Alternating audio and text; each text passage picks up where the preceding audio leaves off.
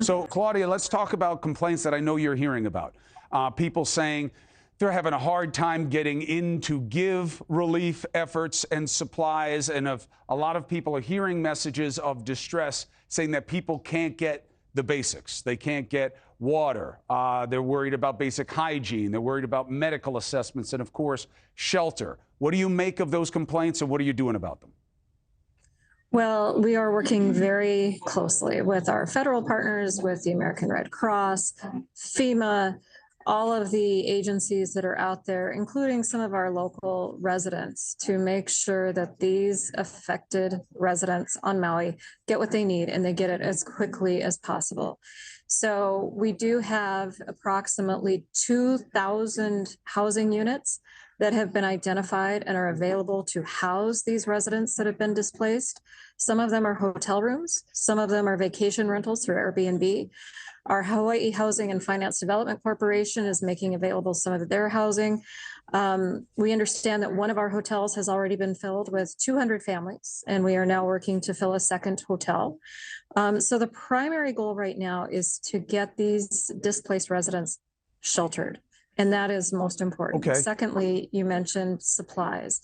We have had a tremendous outpouring of supplies from around the world, from our local residents.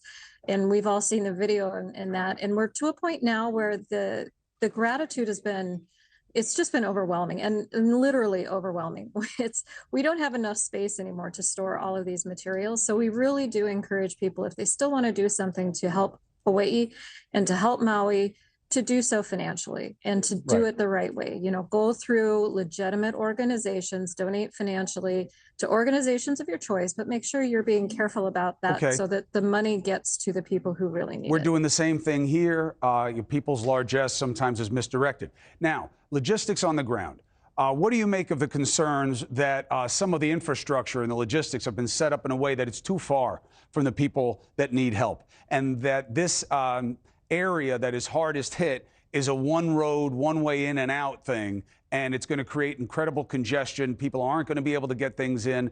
Are you thinking about these complaints about how things are set up to make sure you don't have a second wave of disaster of people who wind up getting sick or worse because they don't have the basics? Oh, yes, most definitely. And that was an issue in the early days of this crisis. We did have issues with the roads and with people wanting to get in. And it was very difficult for the local authorities there on the ground. Last night, the road into the area has been reopened, and there have been procedures put into place to help make it more available for people who need to be in that area. And I just want to stress that the people who need to get in, whether they be first responders or people like that, the people who need to be there can get the access to those areas that they need. So and the family assistance centers and FEMA, they're working with those areas to make sure that those residents get that help that they need. So now, Claudia, the resources are being made available now. Good. Claudia, let's just quickly talk, I don't want to waste your time, about who doesn't need to be there. People want to sell their property, that's fine. But now is not the time to have people swooping in with quick cash that people will be desperate for when it's really just a land grab. The governor was saying that's not Pono, P-O-N-O. What is he talking about? What is the concern, and what are you doing about it? Well, first of all, Pono, for those of you who may not know, Pono is the Hawaiian word for righteousness or doing the right thing. That's what Pono means. So when we talk about this land grab, what we're really worried about is people with ill intent taking advantage of people at their most vulnerable. And that just simply is intolerable. We will not tolerate our people being taken advantage of.